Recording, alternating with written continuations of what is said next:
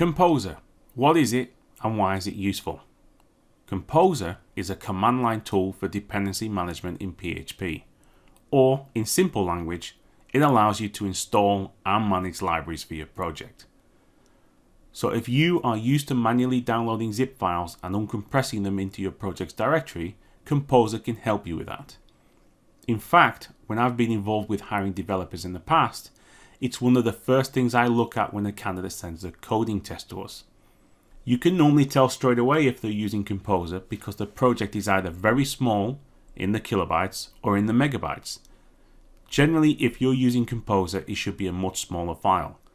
You'll understand this by the end of this video. The first thing we need to do is install it. If you're using a Linux or Mac computer, I would recommend following the command line installation. If you're a Windows user, then I recommend installing using the Windows Installer application. I've already installed Composer, so I won't show this in this video.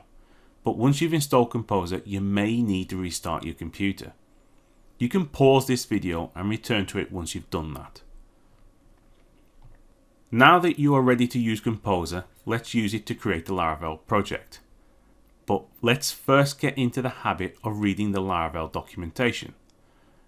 One of the reasons Laravel is such a great framework is not just the amazing work Taylor, the founder of Laravel, has done in creating the framework, but the documentation. If you are ever stuck on something, your first stop should be the documentation. Just make sure you're reading the right version, in our case, version 5.5. The installation part of the documentation, it provides a couple of ways to install Laravel, but we're going to do it using Composer. Why? Because that's what you'll be using the majority of the time in your career as a PHP developer. Open your terminal and go to a location you want to install your Laravel project. I've chosen my Documents folder. Now, looking at the documentation, we can see the via Composer Create Project section. And we are going to run the command in our terminal to make a small change on our project name.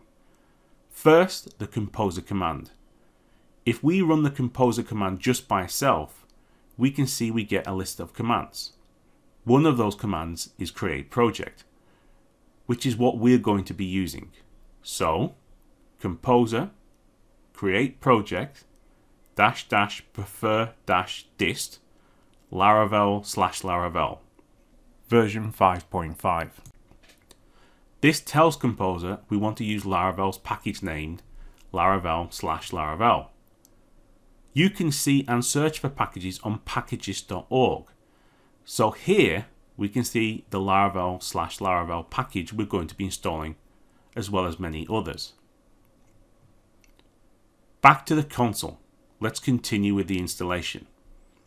Now we'll add the name of our project. What is it we want to call this thing?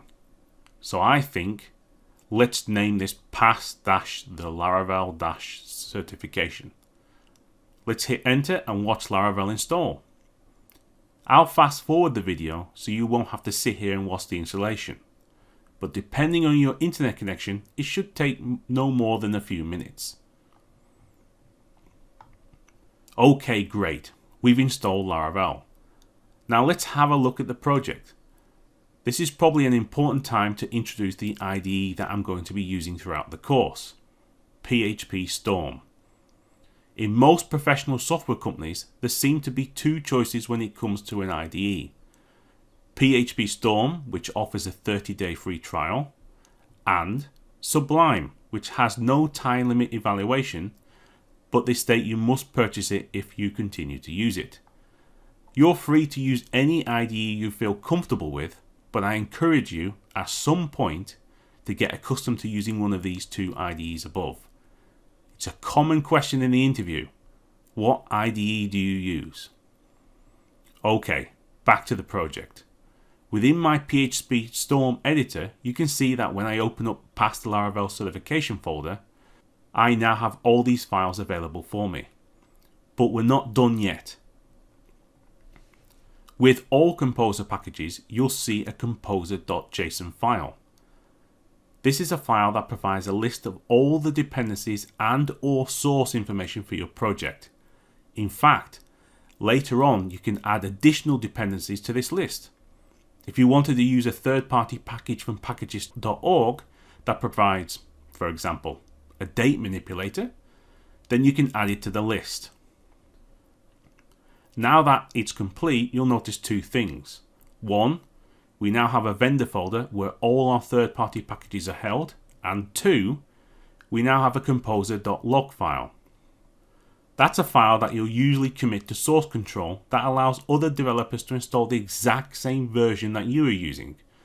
That goes beyond the scope of this video, but if you want to learn more about the composer.log file, then the Composer's website is an excellent source of information. You can now hopefully see that Composer provides a way to manage third-party packages and what version they use. But also, you don't have to store all the third-party packages within your project when sending it to somewhere. When a person gets your package, they can just do Composer install. Great, so that covers installing Laravel with Composer in this video. But you'll still need to look back at the documentation for other ways to install Laravel that could be in the exam, and it'll definitely be in the quiz at the end of this section. In the next video, we'll look at using Laravel Homestead.